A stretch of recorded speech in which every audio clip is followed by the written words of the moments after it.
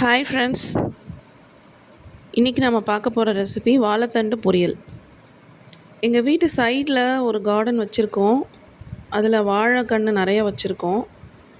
அந்த காம்பவுண்ட் செவுரை தாண்டி மாடு நிறைய வந்து சாப்பிடுங்க. நம்ம போடுற இதெல்லாம் சாப்பிடுங்க.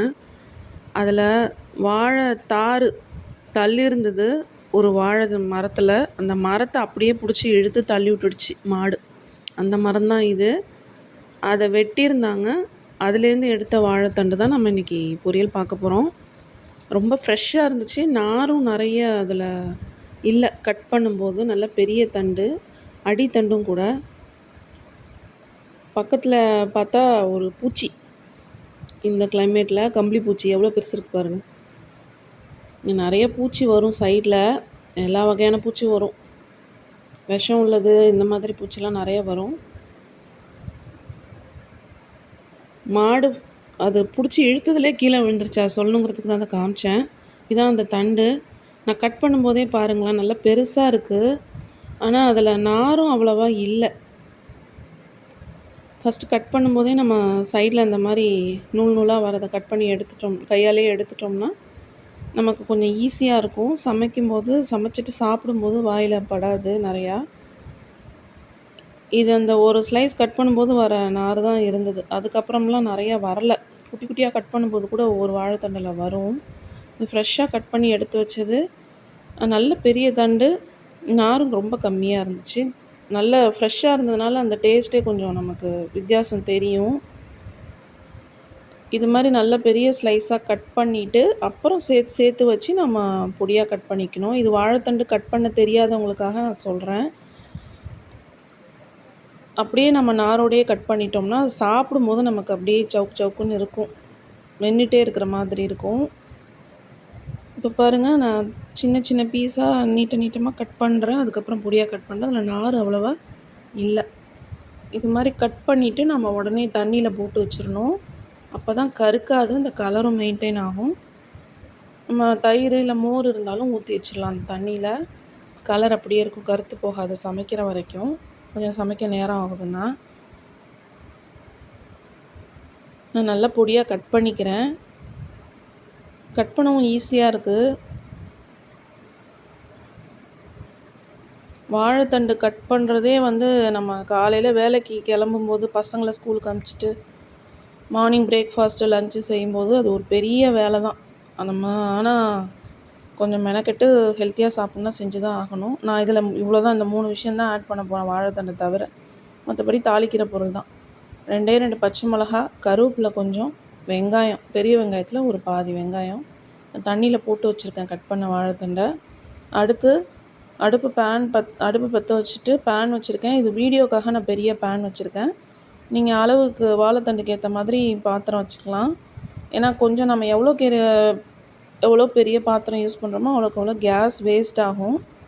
இது கொஞ்சம் நமக்கு விசிபிளாக இருக்குது தெரியுதுங்கிறதுக்காக தான் நான் அந்த பாத்திரம் வச்சுருக்கேன். 2 ஸ்பூன் எண்ணெய். ரொம்ப சிம்பிளாக குயிக்காக செய்கிறதுக்கு தான். நிறைய எதுவுமே நான் சேர்க்கல. சமைக்கிற எண்ணெய் சமையல் எண்ணெய் யூஸ் பண்ணுறீங்களோ அது 2 ஸ்பூன் போட்டுட்டு அதில் கடுகு, உளுத்தம்பருப்பு, சோம்பு போட்டோம்னா அந்த வாசனை ஃப்ளேவரும் டேஸ்ட்டும் ரொம்ப நல்லாயிருக்கும். வாழைத்தண்டு சாப்பிடும்போது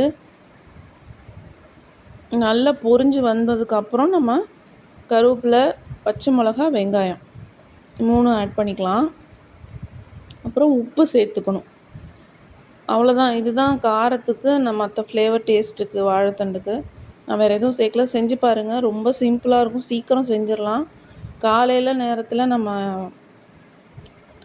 எல்லாருக்கும் செய்யணுங்கும்போது இது வந்து ஒரு நல்ல பெஸ்ட் ஆப்ஷன். இந்த மாதிரி நம்ம குயிக்காக ஈஸியாக டேஸ்டியாக செஞ்சிடறதுக்கு. நல்லா வதக்கி விட்டுறணும். உப்பு ஆட் பண்ணிட்டா சீக்கிரம் வதங்கிடும்.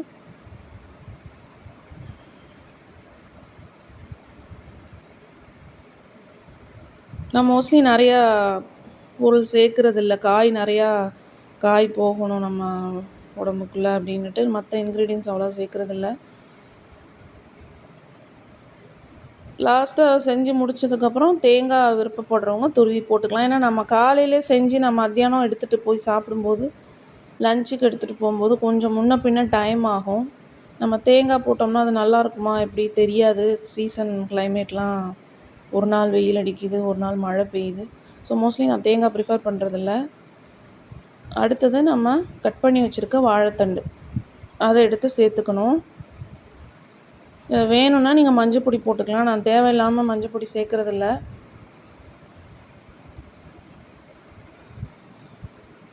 அந்த கலர் பிடிக்கும், மஞ்சளாக இருந்தால் தான் பிடிக்கும்னா சேர்த்துக்கலாம் நம்ம, அது ஒன்றும் பிரச்சனை கிடையாது.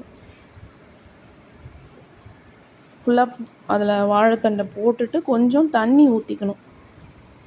தண்ணி ஒரு அரை டம்ளராவது சேர்த்தோம்னா தான் கொஞ்சம் வேகும், இல்லைன்னா அப்படியே இருக்கும், சீக்கிரம் வேகாது, நேரம் ஆகும்.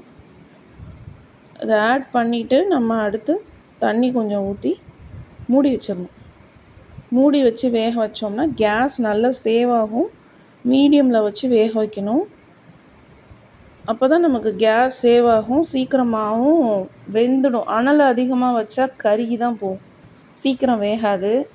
அதனால் எப்பொழுதுமே கேஸ் யூஸ் பண்ணும்போது நம்ம எனர்ஜி சேவ் பண்ணணும். எனர்ஜின்னா நம்ம எனர்ஜிங்கிறது இல்லை, அதுவும் ஒரு எனர்ஜி தான். கேஸுங்கிறது ஒரு நேச்சுரல், நம்ம யூஸ் பண்ணுற எனர்ஜி. கேஸு, கரண்ட்டு, தண்ணி, இதெல்லாம் எனர்ஜி. அது ஒரு அந்த இதெல்லாம் நம்ம தேவையில்லாமல் வேஸ்ட் பண்ணவே கூடாது. இதை போட்டுட்டு நம்ம மூடி வச்சிட்டோம்னா ஒரு 10 மினிட்ஸில் நல்லா வெந்துடும், தண்ணியெலாம் உறிஞ்சிட்டு. இப்போ பாருங்கள், தண்ணி நான் ஆட் பண்ணியிருக்கேன், பாதி தண்ணி உறிஞ்சிருச்சு, நல்லா வெந்துட்டு. இன்னும் கொஞ்சம் நேரம் அந்த தண்ணி வற்றுற அளவுக்கு நம்ம வேக வைக்கணும். வேக வச்சு எடுத்துட்டோம்னா வாழைத்தண்டு பொரியல் ரெடி. இதே வாழைத்தண்டு கூட்டு எப்படி செய்யணும்னு நான் ஒரு வீடியோ போட்டிருக்கேன். அதுவும் எங்கள் வீட்டிலேருந்து எடுத்த வாழைத்தண்டு தான், சின்னதாக இருக்கும் அது, ஆனால் அதுவும் ஃப்ரெஷ்ஷாக எடுத்தது தான்.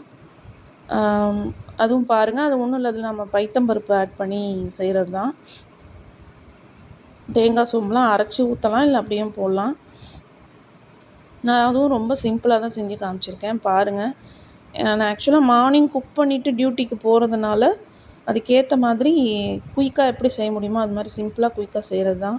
ரெடி ஆகிடுச்சி வாழைத்தண்டு பொரியல். சிம்பிளாக செஞ்சாச்சு. காரமும் ரொம்ப கம்மியாக இருக்கும், நமக்கு உடம்புக்கும் ரொம்ப நல்லது. வாரத்தில் ஒரு நாளாவது அட்லீஸ்ட் ஒரு நாளாவது சாப்பிடணும்.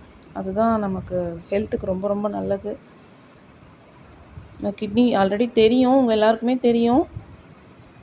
கிட்னி ப்ராப்ளம் இருக்கவங்க, ரீனல் ஸ்டோன்ஸ், கல் இருக்குதுன்னு சொல்லுவாங்க, அவங்களுக்கு யூரின் போகாதவங்க, அதெல்லாம் இவங்க அளவாக சாப்பிட்டுக்கணும், நல்லது உடம்புக்கு. இந்த வீடியோ உங்களுக்கு பிடிச்சிருக்குன்னு நினைக்கிறேன். சப்ஸ்கிரைப் பண்ணுங்கள், கமெண்ட் பண்ணுங்கள், ஷேர் பண்ணுங்கள், லைக் பண்ணுங்கள், சப்போர்ட் பண்ணுங்கள். வேறு எதுவும் கரெக்ஷன்ஸ் இருந்தால் கமெண்ட் பண்ணுங்கள். அடுத்த ஒரு வீடியோவில் பார்க்கலாம். தேங்க்யூ.